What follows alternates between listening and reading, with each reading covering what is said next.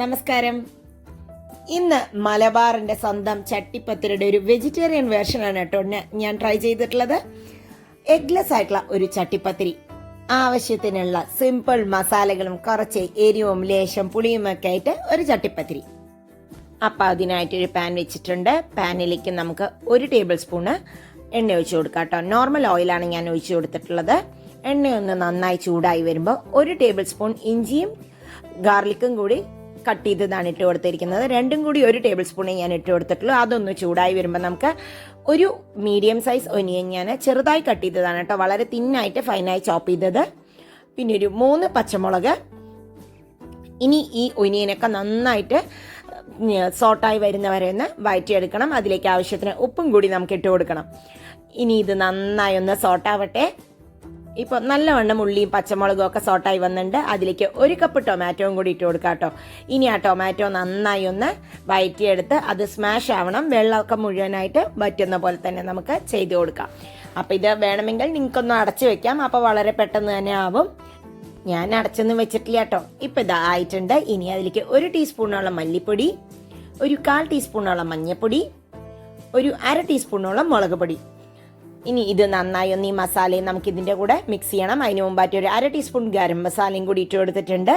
നല്ലൊരു ഫ്ലേവർ കിട്ടും. ജസ്റ്റ് ഒന്ന് ഇതിനെ ഒന്ന് സോട്ട് ചെയ്യാം.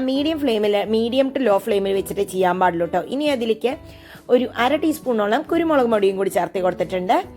അതും കൂടി ആയിക്കഴിഞ്ഞാൽ നമുക്ക് ആ മിക്സിലേക്ക് ഇനി ബാക്കി വെജിറ്റബിൾസ് ഒക്കെ ആഡ് ചെയ്ത് കൊടുക്കണം. 1 കപ്പോളം ഫൈനായിട്ട് ചോപ്പ് ചെയ്തിട്ടുള്ള ബീൻസ്, 1 കപ്പ് ഫൈനായി ചോപ്പ് ചെയ്തിട്ടുള്ള മഷ്റൂം നീറ്റായി ക്ലീൻ ചെയ്തതാണ്, 1 കപ്പ് ക്യാരറ്റ് ഗ്രേറ്റ് ചെയ്തത്. ഇനി അതിനെ നല്ലവണ്ണം ഒന്ന് മിക്സ് ചെയ്ത് യോജിപ്പിച്ച് ഇതൊന്ന് കുക്കാവണം കേട്ടോ. ഇതിനെ നന്നായിട്ട്, ക്യാരറ്റ് ഞാൻ ചെറുതിലല്ല ഗ്രേറ്റ് ചെയ്തിരിക്കുന്നത്, കുറച്ച് വലിയ ഗ്രേറ്ററിലാണ് ഗ്രേറ്റ് ചെയ്തിട്ടിരിക്കുന്നത്. ഇനി ഇതൊന്ന് മിക്സ് ചെയ്തിട്ട് ആവശ്യമെങ്കിൽ ഉപ്പിട്ട് കൊടുക്കണേ. ഇനി ഇതിനെ ഒന്ന് നമുക്ക് അടച്ചു വെച്ച് കുക്ക് ചെയ്യാം. അതിന് മുമ്പായിട്ട് കുറച്ച് വെള്ളം ഒന്ന് തളിച്ചു കൊടുക്കുന്നുണ്ട് കേട്ടോ. ഇത് ഒരുപാട് ഡ്രൈ ആയി കഴിഞ്ഞാൽ അത് കുക്കാവാൻ, ആ ബീൻസൊക്കെ കുക്കാവണമല്ലോ, അതിന് വേണ്ടിയാണ് ജസ്റ്റ് ഒന്ന് ഇട്ട് കൊടുത്തിട്ടുണ്ട്. ഒരു 5 മിനിറ്റ് ആയപ്പോൾ ഇതിനെ ഒന്ന് തുറന്ന് ഒന്ന് കുക്കായി വന്നിട്ടുണ്ട്. ഇനി അതിലേക്ക് കുറച്ച് മല്ലിയുടെ ഇലയും കൂടി ഇട്ട് കൊടുത്ത് നമുക്കൊന്നും കൂടി ഒന്ന് ഒരു 5 മിനിറ്റ് കൂടി കുക്ക് ചെയ്യാം. അപ്പോൾ ഇത് 5 മിനിറ്റ് കഴിഞ്ഞപ്പോൾ സൂപ്പറായിട്ട് ആ ബീൻസും ക്യാരറ്റും ഒക്കെ തന്നെ വെന്തിട്ടുണ്ട്. മഷ്റൂമും ഒക്കെ ഇതിലൊരു ലേശം വെള്ളത്തിൻ്റെ കണ്ടന്റ് ഉള്ള പോലെ തോന്നുന്നുണ്ട്. അപ്പോൾ ഇതൊരു 2-3 മിനിറ്റ് നമുക്കിങ്ങനെ ഓപ്പൺ ചെയ്തിട്ട് വെക്കാം. ആ വെള്ളം ഒന്ന് ഫുള്ളായി വറ്റി കഴിഞ്ഞിട്ടുണ്ട്. അപ്പം നമുക്കിനി ഇതിനെ ഓഫ് ചെയ്തിട്ട് ഒന്ന് തണുത്തതിന് ശേഷം ഫില്ല് ചെയ്യാം. ചൂടോടുകൂടി ഒരിക്കലും ഫില്ല് ചെയ്യരുത് കേട്ടോ നമ്മളിങ്ങനെയുള്ള സാധനങ്ങളൊക്കെ ഉണ്ടാക്കുമ്പോൾ. ഇനി നമുക്ക് കുറച്ച് ചപ്പാത്തി മാവ് വേണം കേട്ടോ. ഞാൻ ഒരുപാട് ലൂസ് അല്ലാതെ കുഴച്ച ചപ്പാത്തി മാവാണ്, കുറച്ച് ടൈറ്റായിട്ട് കുഴച്ച ചപ്പാത്തി മാവ്. അതുകൊണ്ടൊരു 6 ചപ്പാത്തിയോളം നമുക്ക് ഉണ്ടാക്കിയെടുക്കണം. അപ്പോൾ അടിയിൽ വെക്കുന്നതും മുകളിൽ വെക്കുന്നതും വേണമെങ്കിൽ നിങ്ങൾക്ക് കുറച്ച് തിക്കിൽ തന്നെ പരത്താം. ബാക്കിയുള്ളതെല്ലാം കുറച്ച് തിന്നായിട്ട് തന്നെ പരത്തിയാൽ കുഴപ്പമില്ല കേട്ടോ. അതിനുള്ളിൽ ലെയർ വെക്കുന്നതൊക്കെ തിന്നായി വരുത്താം. ഈ അടിയിലുള്ളതും മുകളിലുള്ളതും മാത്രം കുറച്ച് തിക്കായിരിക്കണം. ഇപ്പോൾ നമ്മൾ ബാക്കിയുള്ളതൊക്കെ റെഡിയാക്കി വന്നിട്ടുണ്ട്. ഇതിൽ ഉള്ളിൽ വെക്കുന്ന ലെയറിനെ നമുക്ക് കുറച്ച് ചപ്പാത്തി ഒന്ന് ചൂടാക്കിയിട്ട് വരണം.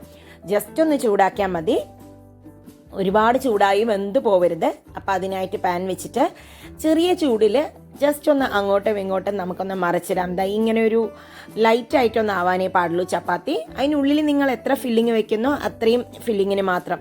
ഞാനൊരു 3 എണ്ണമേ ഇങ്ങനെ ഉണ്ടാക്കിയിട്ടുണ്ട്. അപ്പം റെഡി ആയിട്ടുണ്ട്. ഇനി നമുക്ക് ഫില്ലിങ് റെഡിയാക്കാം. ഈ പാത്രത്തിലാണ് ഞാൻ ചട്ടിപ്പത്തിരി ഉണ്ടാക്കുന്നത്. അപ്പം ആ പാത്രത്തിൻ്റെ സൈസിലാണ് വെക്കുന്നത്. അപ്പം അതിൻ്റെ അടിയിലുള്ളത് കുറച്ചും കൂടി വലുതാണ്. അത് നമ്മൾ ചപ്പാത്തി കുക്ക് ചെയ്യാത്ത ചപ്പാത്തിയാണ്. ഇനി അതിനെ ഒന്ന് ഫില്ല് ചെയ്ത് തുടങ്ങിയിട്ടുണ്ട്. നിങ്ങൾക്ക് ഇഷ്ടമുള്ള പോലെ ഫില്ല് ചെയ്യാം. ഇനി അതിൻ്റെ മുകളിൽ പകുതി കുക്കായിട്ടുള്ള ആ ചപ്പാത്തിയും കൂടി ഇട്ട് വെക്കണം കേട്ടോ. പകുതി കുക്ക് ചെയ്തിട്ടുണ്ട് ചപ്പാത്തി ആകുമ്പോൾ നമുക്ക് കുറച്ചും കൂടി ഈസി ആയിരിക്കും. ഉള്ളിലേക്ക് പെട്ടെന്ന് തന്നെ നമുക്ക് ഉള്ളെല്ലാം വെന്ത് കിട്ടും. അതുപോലെ തന്നെ മുകളൊന്നും നമ്മൾ ഫില്ല് ചെയ്യാം. അങ്ങനെ ഞാനൊരു 3 ചപ്പാത്തിയാണ് കേട്ടോ ഇതിൽ ഫില്ല് ചെയ്ത് വെക്കുന്നത്. 3 ചപ്പാത്തി ഉള്ളിലും താഴത്തും മുകളിലും ഓരോന്നും.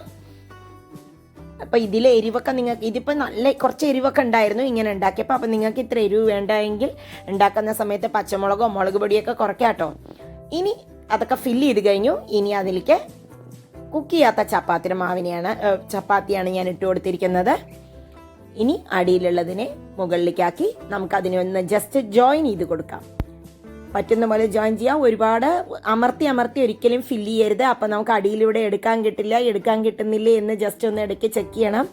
അതുകൊണ്ടാണ് ഈ ചപ്പാത്തിയുടെ മാവ് ഒരുപാട് സോഫ്റ്റ് ആയിട്ടുള്ള ഡോ ആവരുത് കേട്ടോ.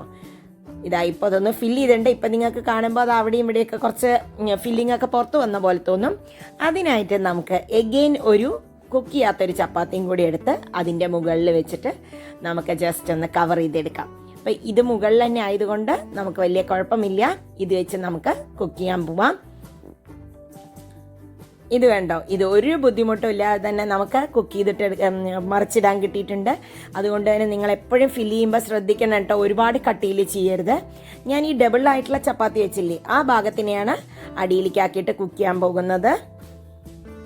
ഇനി നമുക്ക് പോയി കുക്ക് ചെയ്യാനായിട്ട് ആ പാൻ വെച്ചു. അതിലേക്ക് കുറച്ച് ഓയിൽ നല്ലോണം ഒഴിക്കണം കേട്ടോ, എല്ലാ സ്ഥലത്തേക്കും ഇങ്ങനെ ഓയിലൊക്കെ ആക്കാം നമുക്ക്.